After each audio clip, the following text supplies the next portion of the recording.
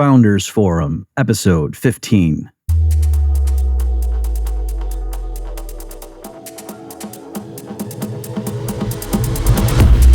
Open your mind to a new episode of the Founders Forum, the podcast championing a free economy, sound assets, and blockchain solutions. Each week, your hosts, entrepreneur Cole Snell and economist Bob Murphy, interview pioneers and free thinkers to help you develop into the architect of your future. Hey, everybody. Welcome back to another episode of the Founders Forum. In this episode, Cole and I will be speaking with Dr. Michael Barbera, who is, among other things, the Chief Behavioral Officer at Clicksuasion Labs. Let me just read a little bit more from his official bio here. Michael Barbera is an award-winning consumer psychologist and business strategist. His clients have appeared on the Fortune 500 list, as well as on ABC's Shark Tank, Bravo's $1 Million Listing, and Gordon Ramsay's Kitchen Nightmares. Michael is a trusted thought leader and expert in consumer perceptions, emotions, and experiences that drive consumer decision-making, both online and in person. In 2015, the White House recognized Michael for his contributions to entrepreneurship. He shares his evidence-based insights and experiences as a celebrated keynote speaker, dynamic TEDx presenter, published academic researcher, and host of his thoughtfully curated Clicksuasion podcast. More than 100,000 people have seen Michael speak on 4 continents, and he has also earned more than 250,000 views online. And one of the presentations he gave, the TEDx talk, well, there's no other way to say it, folks. We talk about bathrooms at one point in this episode. So if that's not enough to entice you, I don't know what would be. Without further ado, here is our conversation with Dr. Michael Barbera. Well, Michael, welcome to the Founders Forum podcast. The pleasure is absolutely all mine. So I have already given the listeners a bit of a formal introduction to your background, but in your words, can you just explain what it is that you guys do at Clicksuasion? So me personally, I'm probably more like an entrepreneur with a psychology hobby. I've been an entrepreneur since I was 13 years old, had many failures, a few successes, and those failures provided the knowledge to be successful in the future. But in my day-to-day here at Clicksuasion Labs, I lead a team of marketers and researchers who research how people make decisions and then apply psychology to marketing campaigns. So we're a full-service marketing agency with a niche in consumer psychology. So I'm just curious, did you always know, it sounds like you were always interested in business, like did you get your formal training, thinking you might go into academia, or did you know all along that, no, I'm going to use what I learned to then go into to help business people? Well, it's kind of this awkward transition, right? Because the technical title of what I do in consumer psychology is behavioral economics. I don't think there's many children who wake up in the morning and say, you know what? I want to be a behavioral economist when I grow up. It's not an astronaut. It's not a lawyer. It's nothing that's really super sexy to a 10-year-old. I kind of fell into this by accident. As a teenage entrepreneur, I would watch how consumers made decisions. And I would be just curious of why they would choose one product over an alternative. And okay, that's kind of cute. That's nice. That's awesome. But then it just fade away. But then in my academic journey, I stumbled upon marketing, consumer science, consumer decision-making, behavioral economics. Like, wow, there's a field for this. And then it kind of blurred in. But all the businesses I started up until about 10 years ago, none of them were really B2B or consulting or professional services. They were products or other services. But people would constantly contact me for advice. Hey, Mike, how did you solve X problem when Y occurred?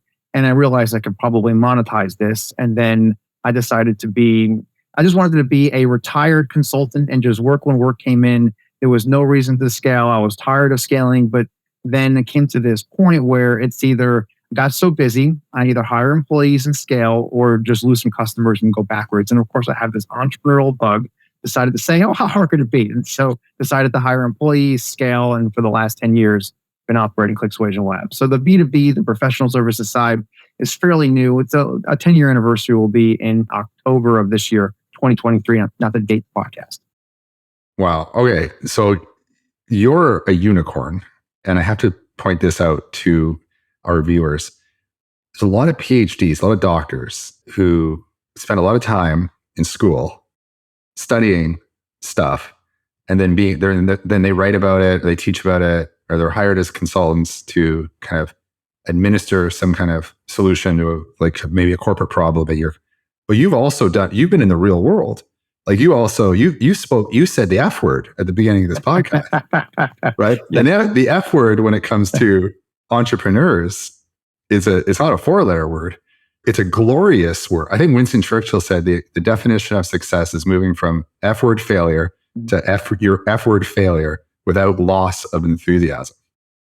And so this is really interesting. I mean, what is it like? How you've been quite successful, and we'll talk about some of your accolades here in a short while. But so you have the education and you have the theory, but then you also have you've been on the street, on the trenches, and you failed, right?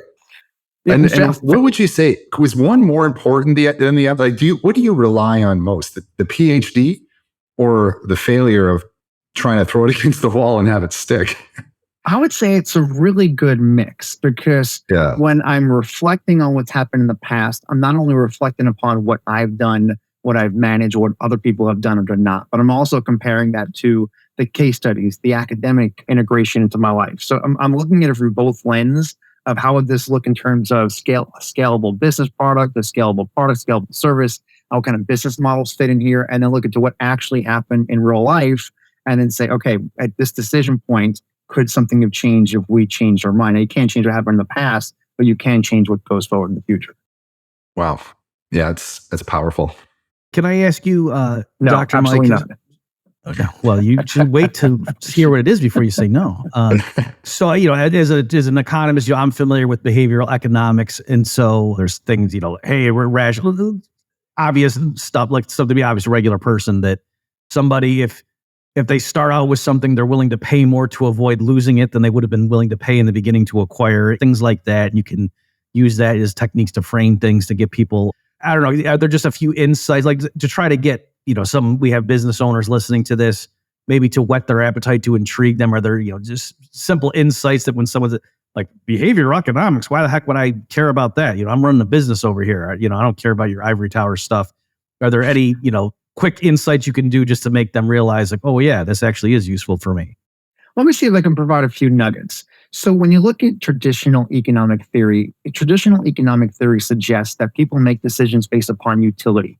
Now, let's all self-reflect. No need to answer this question live on a podcast, but let's self-reflect. Over the last 30 days, how many purchases, how many credit card swipes, how many checks have you wrote, how many times have you handed over cash?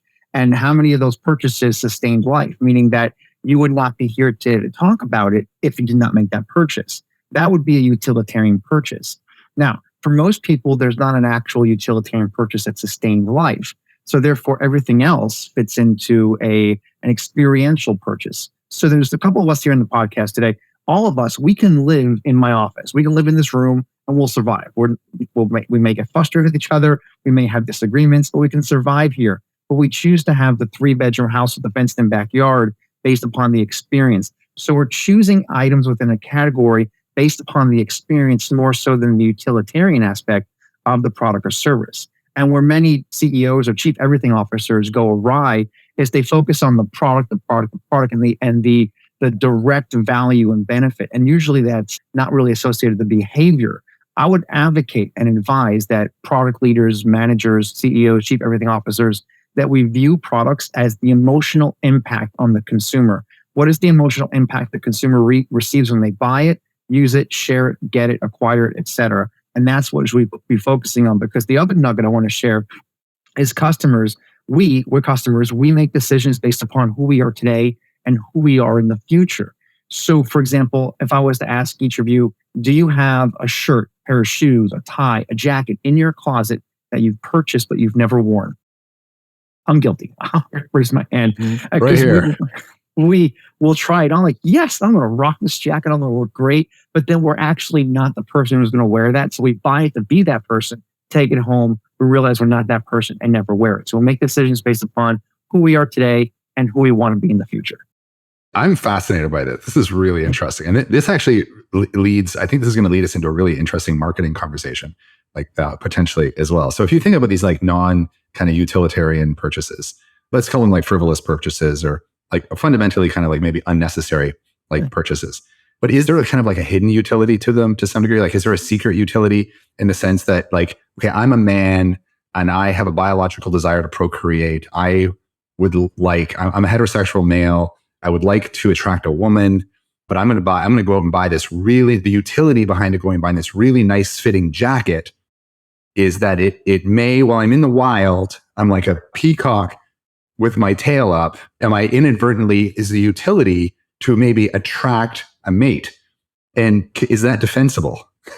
I love this question because the easy answer is yes. So this is a framework we use here called ReTrust, and it stands for being remarkable, experiential, transparent, using reciprocity. Utility is the U, social status, and timeliness. So of the 7 variables in this construct, 6 of them are experiential and 1 of them utilitarian. So every product or service should have the utilitarian aspect to it. So buying that coat would be to keep you warm in such a say in survival mode, but you're not using it to keep warm. So it does have a utilitarian aspect and it does solve a problem, but you're purchasing it based upon the experiential portion. Like, what is the experiential outcome of this date? Right.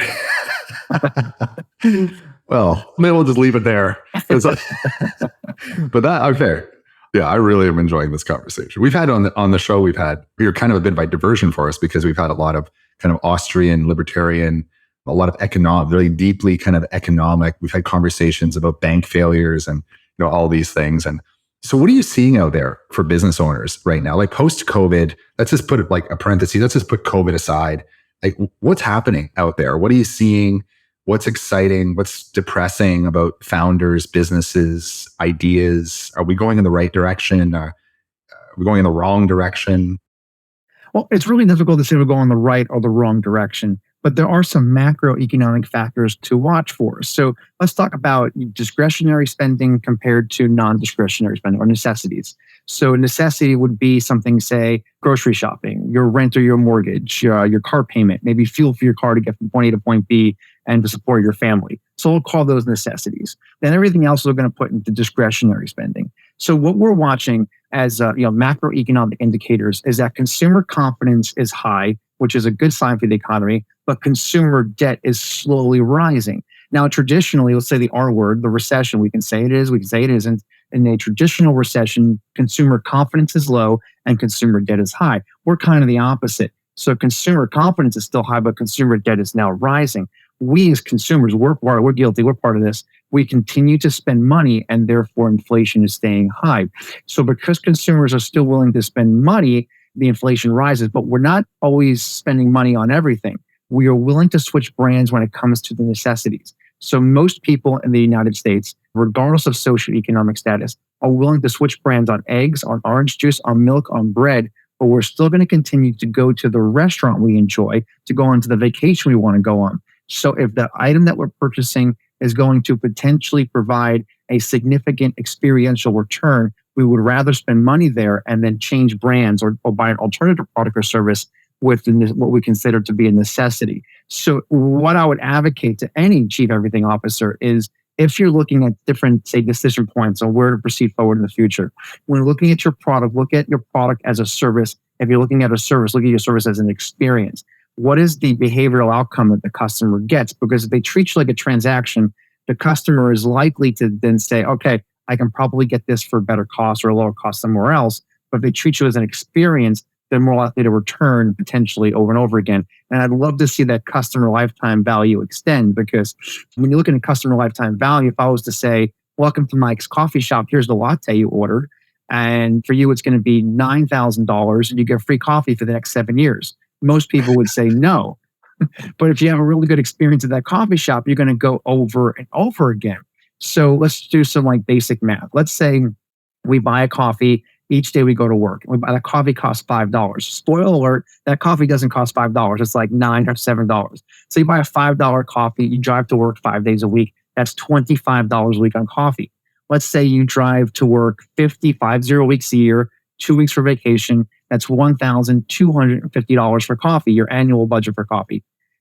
Pre-pandemic insights, the average person who owns a home would live in their home for 7 years. So let's say you take that same route to work, 50 weeks a year for 7 years. That is, I think it's $8,750 comes after the math. So you are willing to spend $9,000 on coffee over a long period of time. So there's two camps here. The dichotomy is we know future value of money. That money is worth more in our hands or our bank account today than it is in the customers. But if you get it all today, do you get more from the customer in the future? I'd rather see us build an experience and get more money from the customer over time, because there's other revenue generating products that can also increase revenue. beyond that one SKU. Well, that's interesting because I've heard other school. So tell me if there's a tension here or if what you're saying is consistent. Because I've heard other people like they're really stressing the subscription model for businesses, at least where that lends itself. And are you saying something opposing that, or what you're saying is like? No, I support the subscription model. Okay. Absolutely. In fact, whenever I talk, if people ask questions and they're like, "What can we do to be unique?" And really, if there's not much information to make decisions off of or to give advice, I would say subscription model, subscription model, subscription model, even if your industry has not incorporated or initiated using subscription models. So one of the organizations that I founded as an entrepreneur is a landscaping company, and I have no care for landscaping. I'm not a fan of it. I enjoy my own lawn, but I did it out of a point to prove that the subscription models can be used in non-traditional industries where landscape or where subscription models aren't used. So the intent here is, let's say a traditional landscaping company, you have a home, you have a front yard, a backyard, you want to hire a landscaping company, you're going to call them, they're going to drive to your house, they're going to walk the property with you, they're going to leave, they're going to send you a quote, and you may never hear from that potential customer ever again. So you did all this extra work for free, and it's not scalable. You can't scale that. So here's how we looking at scaling a landscaping company. First off, in a subdivision, nearly every lot is the same size with the exception of corner lots. Every backyard is custom to the homeowner, but the front yards are nearly identical. So let people take care of their backyards the way they want. We'll maintenance the front yards. Now, we're a maintenance company, not, say, a hardscaping company. So you only maintenance the front yards. And every property is the same size. So automatically, you can use an algorithm to identify the lot size of that subdivision and then calculate a price on a package just for that front yard. And you can do a separate price for the corner lots.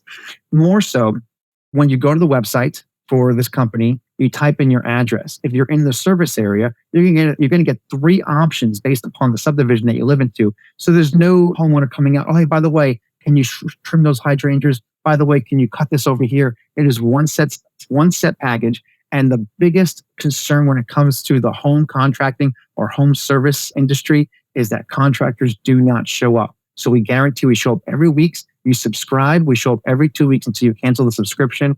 And in 3 years of operations, we have spoke to 3 customers. I'm a big fan of the subscription model. And what you just described, say, for landscaping, is also a good example of innovation or, say, like disruption. And if you can disrupt, I mean, adding value is obviously a way to disrupt, say, your competition or kind of outpace your competition. Are there any industries out there, and actually maybe before we get into this question, if you could just kind of describe to the viewer, I mean, we have a wide breadth of different people listening to this podcast. We have founders, startup founders, we have economists and libertarians, and a kind of a wide range. Are there any industries, maybe could you just describe just really simply like what a subscription model is, just to kind of 101, and say versus, say, other more kind of OTC or like transactional kind of like one-time type models? And then are there any industries that you can think of right now for like the would-be founder listening to this that you think the subscription model would lend itself really well to that it hasn't accessed yet? Those 2 really good questions. So let me put on my best academic hat and see if I could define subscription model. All right, so a subscription model might be a sales model that is direct to consumer, that the consumer places or leaves a credit card, debit card, or bank account on file, and the customer gets charged on a recurring basis and receipt of services. It lives until the customer opts out or unsubscribes. Okay, decent. Okay, I'll take nailed that. it. Totally nailed it. And then for industries, the easy answer is all. I'm trying to come up with a good answer to say, here's a really good place you can go. I really don't have a direct answer to say this industry or that industry, but I would say if your industry is not doing it, find out why and then potentially build one, because that subscription model supports the customer lifetime value. If you had to write a check to Netflix every month to pay your $14.99, you'd get the bill in the mail. You experience the pain of paying. You got to go find this check. You write out the check. Not only do you have to write 14.99, but then they make you spell it out. FOUR. It's torturous. Like, you're going to pay us money and you're going to feel it as well. And so then you have to find a stamp. And it sounds so trivial, like, I have to go find a stamp. But it's how consumers think. I'm going to grab a prop here real quick. I'm going to actually prescribe my cell phone. So if you told the consumer, go to blah, blah.com and they drive home from your office and they get to this really long red light, they're going to pick up their phone, they're going to type in blah, blah.com. When that little blue line loads on their cell phone, it's going to pause. 1,000, 2, 1,000, 3, 1,000, 4, 1,000. The little blue line is still paused and has not moved. After 4 seconds, what are most people likely to do? They're going to bounce. See you later. I'm not waiting around. 4 seconds. 4 seconds is far too long for a customer to wait for a website to load. So if 4 seconds is far too long for a customer to wait for a website to load, tracking down that check, tracking down that stamp is going to be far too long, and you potentially lost a customer on the next month, and you're going to have a decrease the churn rate. One of the industries for me, that as I asked the question, and just listening to you, something came up for me. Before I was in the financial industry, I was in the food industry, and I owned a number of restaurants. And the restaurants I owned were just a pure passion play. I loved food. I loved to prepare food. I loved to serve people. I loved the looks on their faces when they enjoyed the meal. And oh, right, yeah, I'm supposed to make money out of all of this. Well, my reasons are many restaurateurs' reasons. Money is an afterthought. And am I missing something here? Has there been a subscription model applied to restaurants? Like, is that, do we know of any? Like, could you think of a subscription model applied to any type of, you use the analogy of coffee or even like coffee shops. Has this happened? For coffee, yes. So there, and I don't recall the name of the coffee shop, but there's a coffee shop in New York City, and this is pre-pandemic, that would actually provide subscription models, and they would give the coffee away for free. What you're paying for is access to a chair and the table.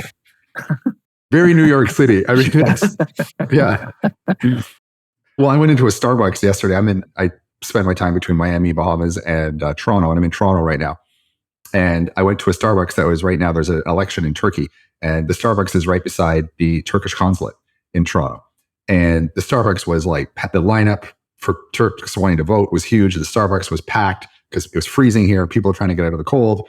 And I literally walked in with my friend and I thought I would pay for a seat. I really wanted to sit down. I had an hour to kill. There was no other coffee shop closed. And I literally thought the coffee is going to cost me $9. I would probably pay $20 for a seat. That's hilarious. I love it. As for food, I can't think of a restaurant as an example that has executed a subscription model. They're out there. I mean, it's got to be out there. It's got to exist.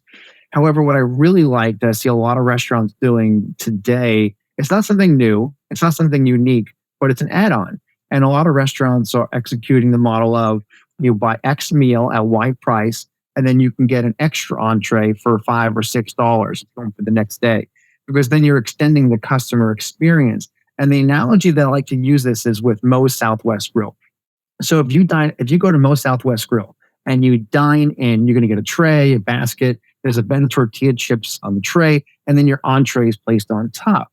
If you dine out, you get that white bag with the Moe's logo on it. You get a bed of tortilla chips inside the white bag, and then your entree is placed on top of the tortilla chips. What's different between both scenarios is that you get twice the amount of chips when you dine out.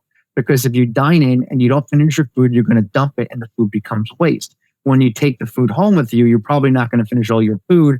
But then what do you do with those leftover tortilla chips? You put that white bag in your kitchen, and for the next 48 hours, the next 5 days, even when they're stale, you're going to walk by the bag, eat a chip, walk by the bag, eat a chip, walk by the bag, eat a chip.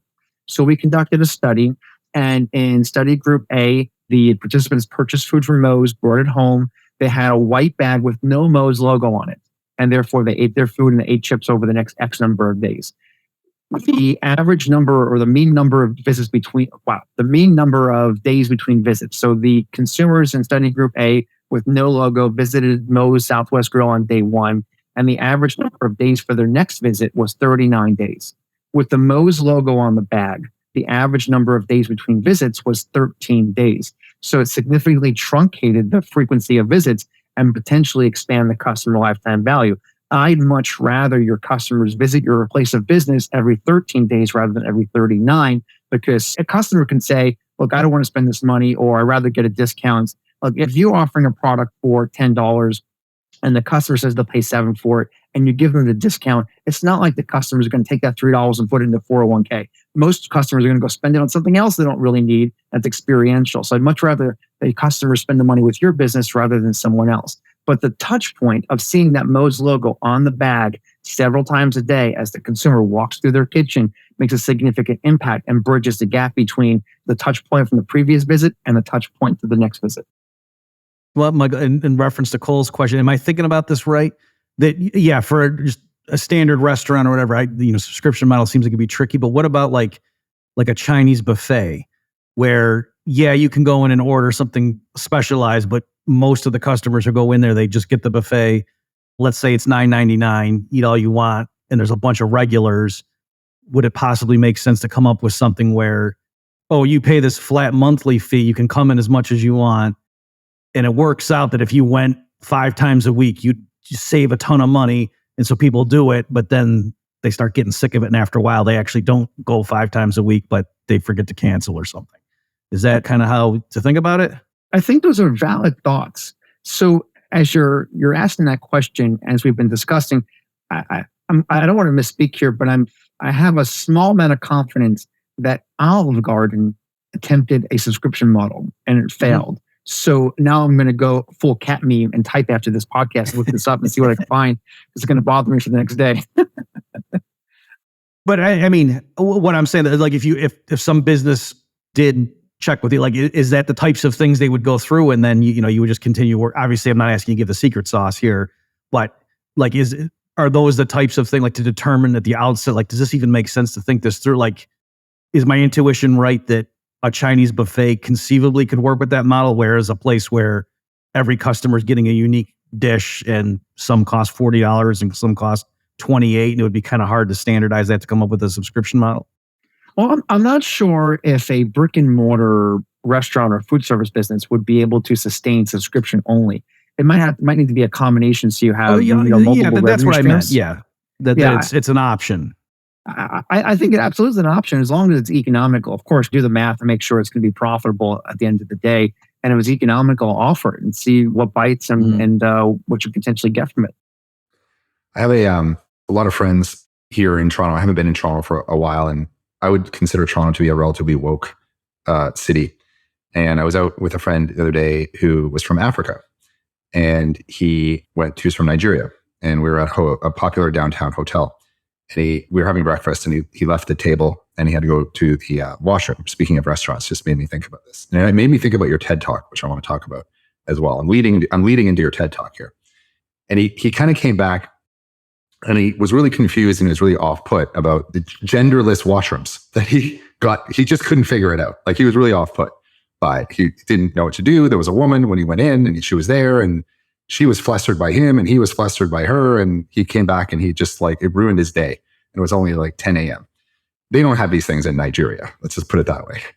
And then we got talking, and he was telling me a story about a guy the other day in McDonald's. He was really bothered by this, and he's just really put off by Toronto being woke, essentially. And he heard a story about a guy that was at McDonald's, and his daughter, who was 10, went now. And McDonald's, they have a his and hers washrooms. They don't have one washroom. They have 2 washrooms. And the dad, his 10-year-old daughter, went into the washroom, and dad was waiting outside while his daughter went into the washroom. And a man who identified as a woman went to walk into the women's washroom, and he said, "No, you're not going in there. My daughter's in there." They ended up getting into a fist fight, and the guy ended up, like, getting charged. And it was this, like, whole, it was just like chaotic. So I'm reading now. I hope I'm segueing into this in an appropriate way, but I sometimes I just can't help myself. I want to, like, spice up the podcast sometimes. Your TED Talk, "This restroom is for you," was the title. It didn't have anything to do with this, I'm assuming. No, it has to do with gender neutral restrooms. So it does? Okay. Because I haven't actually watched the TED Talk. I did a bit of research before okay, this is hilarious. I did a bit of research, and I haven't watched the TED Talk yet, but I saw the title of your TED Talk, and actually Rachel made some notes for me. And I saw "This restaurant is," okay, go ahead. I got to hear this. This is going to be awesome. From probably 2015 through 2018, I fell into a research interest of gender neutral restrooms, but more about the willingness to accept gender neutral restrooms, and then how people would behave in certain scenarios. So the premise started with I was in Chicago. I was walking to a restroom. So you go get up from my table at the restaurant, walk down this narrow hallway, and then you come across the 2 restroom doors. And then I come across the first door and it says female. Okay, no big deal, not my restroom, keep going. Then I come across the next door and it said male and gender neutral.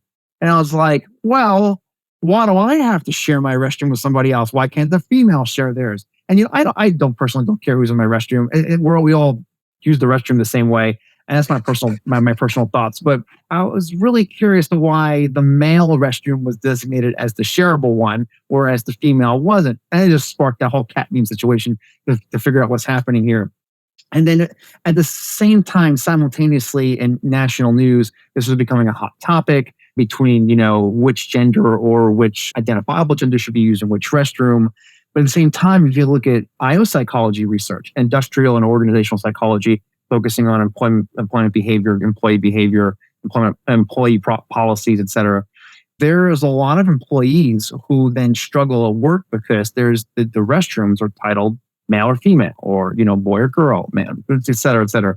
They're not gender neutral. And so in some organizations, there's a large manufacturing facility in South Carolina that has about a 60-acre campus, and it's got multiple buildings. And there's an employee who's going through gender transition and would walk 4 buildings down to use the restroom. So the people that's the person's coworkers would not criticize this person for using restroom A or restroom B. So and that really caught my attention to say, okay, if there's a segment of the population who is struggling to use the restroom or potentially holding until they get home to a safe space, how can we improve or increase other people's willingness to accept or reframe the restroom in a way which makes it easier to accept as well?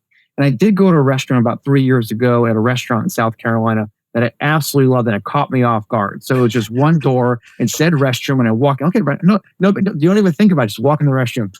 And you walk in, and then there's a female there's an island of sinks in the middle, and then full door stalls on both sides to the left and to the right.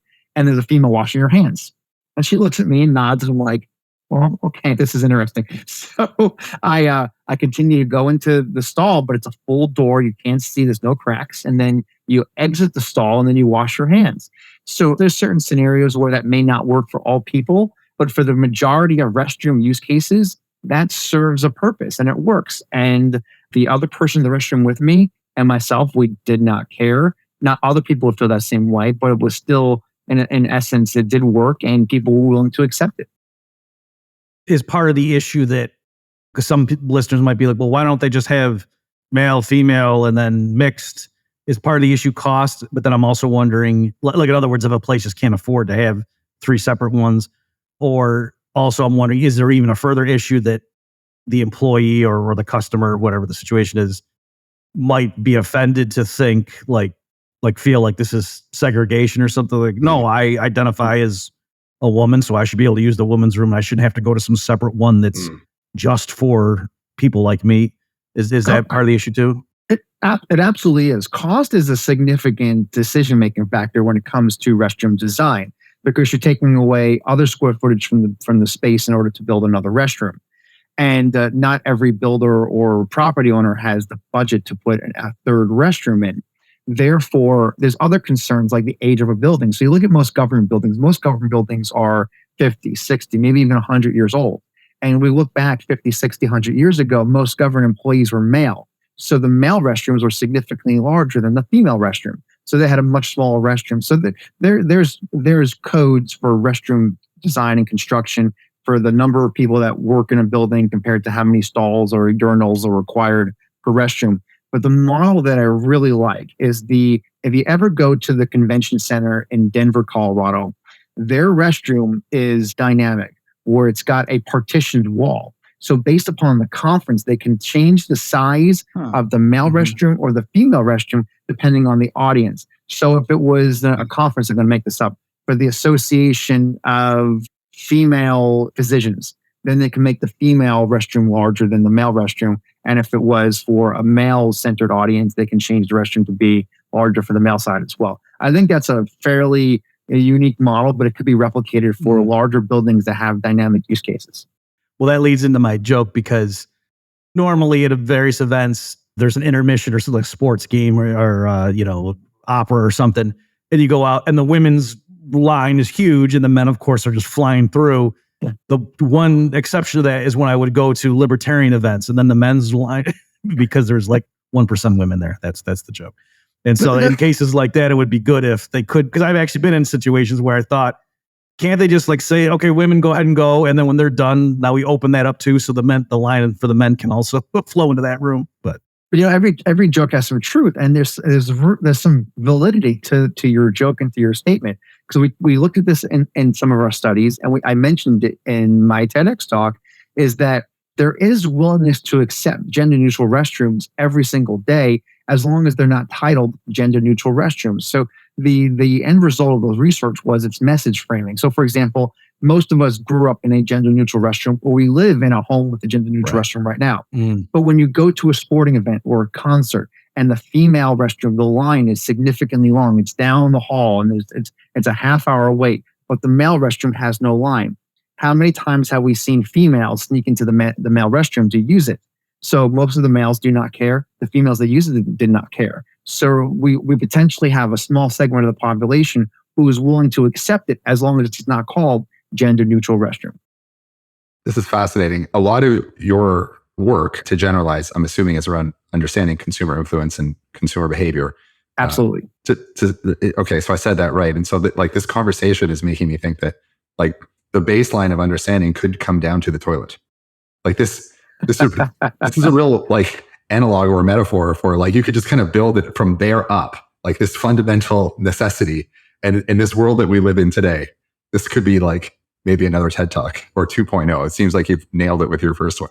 Well, we definitely have some good pun options for titles for this talk. Yeah. So founders and entrepreneurs out there, think deeply about your toilets and your washrooms. This is a real...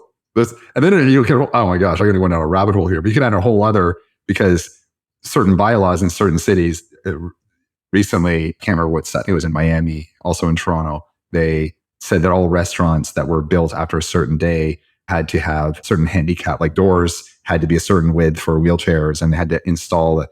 So like back to, I think this all conversations kind of was on the backs of restaurants. And I mean, restaurants are such a fascinating industry. I always used to say, without food, you die. Food is a low common denominator of value. People, without washrooms, you wouldn't die, but your life would be a mess. But then I got into the financial industry, Mike, and I realized, well, money is the lowest common denominator, because without it, you can't buy food, and we're not foraging for it, or we're not growing it. Is there a lowest common denominator industry out there? Like, would you agree with me in saying, or disagree with me in saying, that maybe money or the financial industry is potentially the lowest common denominator of value? And should we study influence in consumer behavior around money more than other things? Well, I think balance is really important, because I think we fall into this bias that in the consulting industry, we joke, like if you ask any of the team members here at Clicksuasion Labs, they're going to say consumer psychology is everything. You can't be successful without it. But you talk to a logistics consultant, they're going to say supply chain management, everything. You can't live without it. So you're talking to the person who lives in that every day, and they're going to say that's exactly important, because they work in it, they live in it, they breathe in it, and of course they advise on it. So I really just think balance is important. And if I had to really make an argument here, make a suggestion, I would say ourselves are the lowest common denominator. We can put everything else first, but we take care of ourselves first. And then we pick and choose what is beneficial for our lives and our families. Let me jump in, Michael, because I'm looking at the clock here. I want to make sure we get some more of your expertise.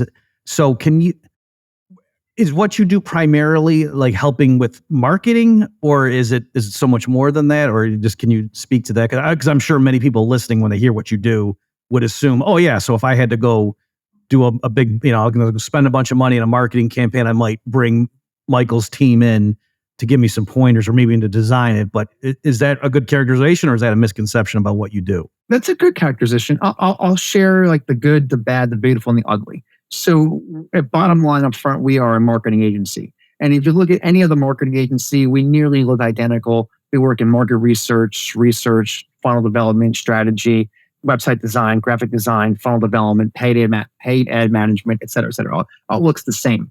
Then we have a team of researchers who are social psychologists, behavioral economists, who research human decision making, and then apply that to the marketing team or provide that to our clients.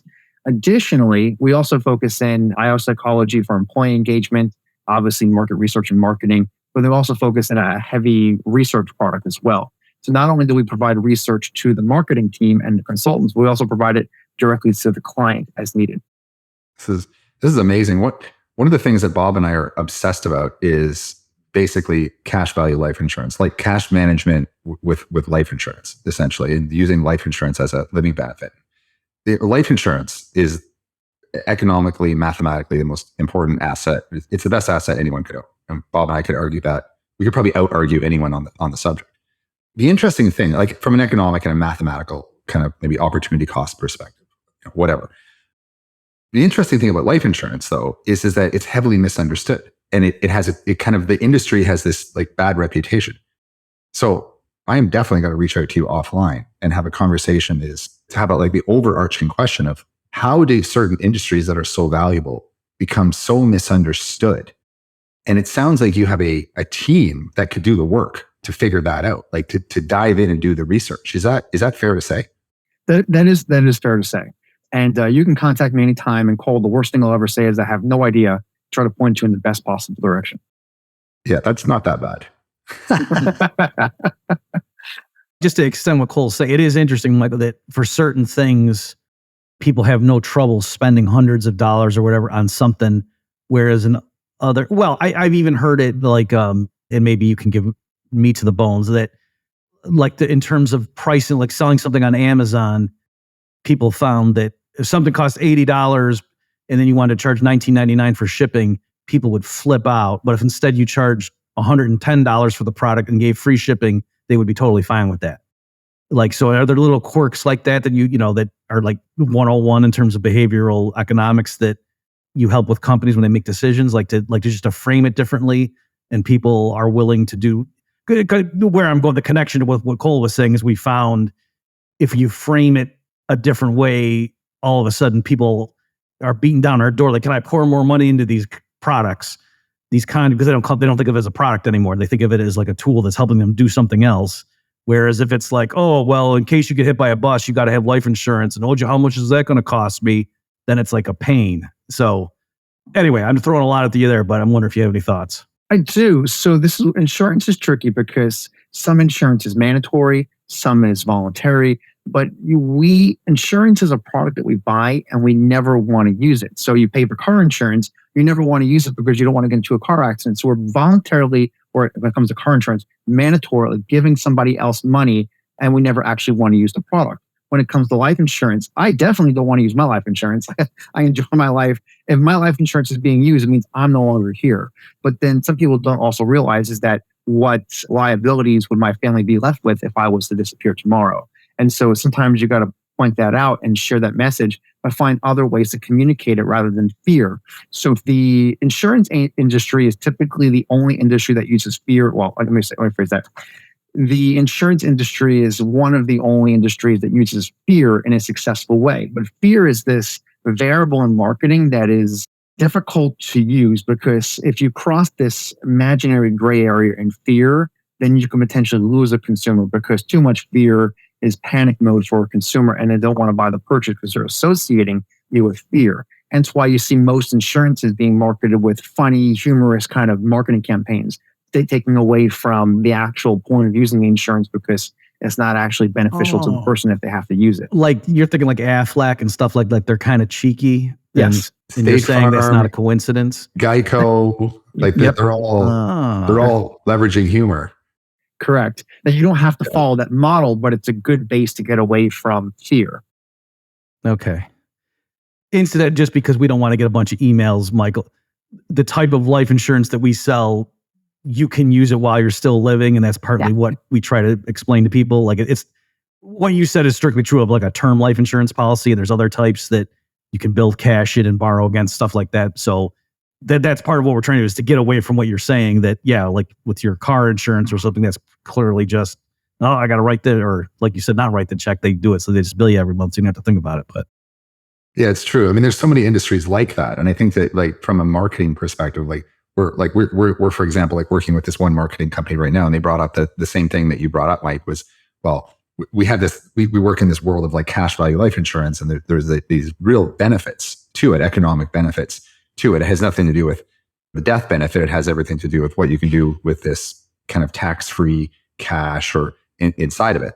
And he brought up the same example that you did. He brought up, well, make it fun, make it humorous, make it exciting.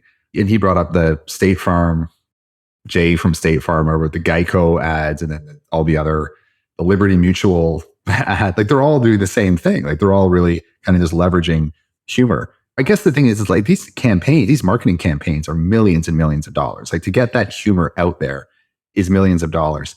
Like, is it worth it? Is that an area, like if a founder had a budget and they had $100,000, is it necessary for that company to go and find the right way to spend the money and to do the research and find the right way to market their product? Is that time and money well spent? Potentially. So it depends if we're trying to recruit new clients, lead generation, or trying to retain clients. So something that a lot of people don't realize is that most of the commercials or advertising, whether it's radio, TV, or other, that you see for Geico, State Farm, or fill in the blank insurance company, most of those ads are to retain customers rather than to recruit new customers. So let's say you are a State Farm customer for car insurance. The ads you might see with Jake from State Farm on TV are not mostly, they're of course they're going to assist with lead generation, but they're mostly designed to keep you loyal to the company. Because when it comes every 6 or 12 months, when it's time to renew your premium, renew your policy, at that point, what's going to happen is you're going to say, wow, X number of bananas per month, I can get this cheaper somewhere else. So they want to keep you loyal and keep you engaged, and keeping you fun, experiential, keeping it engaged helps keep the customer loyal as well. So most of those ad campaigns are designed towards retention more so than lead generation. Can I ask you, in terms of the psychology, is part of it that if the customer sees the big ad campaign, it's not so much, or it's not merely like, oh, I chuckled at that, and then so I feel good about the company? Is part of it that that's a signal that, oh, State Farm must have a bunch of money if they can afford this ad campaign, and so I'm not worried that they're going to go belly up when I need them to send me a check? Is there anything like that? Maybe. I'm not sure how many people have that decision-making process to the ad. I look at it like that. I'm looking like, if they can afford this ad, they're using my money for marketing rather than paying out my policy. Okay, so you go the other way with it, yeah. No, but I'm still a customer of some of those large insurance companies, so it doesn't sway my decision-making. However, just because we see an ad doesn't mean we're going to buy something. There needs to be an X number of touch points. So we talked about touch points a little bit earlier. Certain industries require a minimum number of touch points. Say e-commerce. Let's say consumer packaged goods on e-commerce is typically 9 to 13 touch points. So touch point number 1 is you Google the product. You go to the website. Squirrel, you bounce, you get distracted. The next day you go back to the website. That's touch point number 2. The next 3 days you receive retargeting campaign ads. That's touch points 3, 4, 5, and 6. You're almost to 9. Now, when it comes to 9, you're probably a little more likely to buy the product. When it comes to insurance, you're going to need a lot more than 13 touch points to get the person to convert. Some insurance is more time sensitive than others because maybe you're buying a new car, a new policy, or something similar too. But when it comes down to like life insurance, if there's not a time pressure variable involved, you're going to probably shop around and look for the best deal. Now, deal is a very bad word in consumer psychology because most of us have been offered a good deal at some point of time in our lives, and it probably wasn't a good deal. When it comes to insurance, if we have time available to us to shop around, we're not only looking for the company with them we're going to trust, we're also looking for the lowest price. Because insurance is the item that we don't want to use. So price is going to be a significant factor. When I talk to most of our clients, most of them are concerned about what the customer thinks about price. Now, I try to get people away from thinking about price because we are willing to pay more money for it if we value it. I'm going to come back to that in a moment. But with insurance, it's a little more challenging because price is more salient in the insurance industry. But when it comes down to price, let's say I gave you a coffee mug for free. I'm going to grab this coffee mug as a prop real quick. I give you this coffee mug for free. And if I give it to you for free, you're going to use it every day. You're going to bang it around, put it in the dishwasher, and it goes in the bottom shelf of your cabinet. If I give you this coffee mug and I tell you, call Bob, this is $5. So what you'll do is you'll use it every day. You'll bang it around a little less. You'll put it in the dishwasher and it goes in the bottom shelf of your cabinet. But if I said, call Bob, for you, this coffee mug is $50. Where you're going to use it is going to be 2 hands only, special occasion only, hand wash only, and it goes in the very top shelf of your cabinet. So we like to have stuff, own stuff, get stuff, use stuff, share stuff. but we don't like to buy stuff or spend money, but we value what we paid for. And the second part of that is if I was to say, welcome to Mike's Mercedes-Benz dealership of North Carolina, behind me on the showroom floor spinning around is this beautiful Mercedes-Benz convertible for $1. And I said, for $1, take it or leave it. Some people would say take it, some people would say no. But the magic question is, what's wrong with it? What's the catch? If the price doesn't match the value, we question it and we tend to walk away because we do not trust it. Wow, that was a mic drop right there. That was extremely well said. I mean, you have really dove into this. I mean, it's interesting, your answers. I mean, you've clearly, okay, so my original question, this is where I'm going with this, was you have entrepreneurial experience. I called you a unicorn. You've been on the streets, you've been in the trenches, you're running a business, you built business, but you've also really studied them. I mean, you've got your PhD kind of in the area. I mean, you've gone as far as you could kind of intellectually and institutionally, right? And so it's just really rewarding when we're asking you questions. You have no idea. We didn't meet before this. These are as far flung as you could get. And your answers are really scientific. I mean, they're really thought out. And I can actually see that blend of the work and then the experience coming together.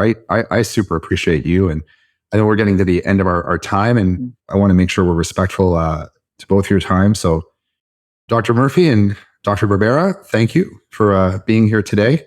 I learned a lot. I'm ready to go entrepreneur. I don't know about you guys. The best time to be an entrepreneur is now. Totally agree. And wait, do you say that because we're in a bear market?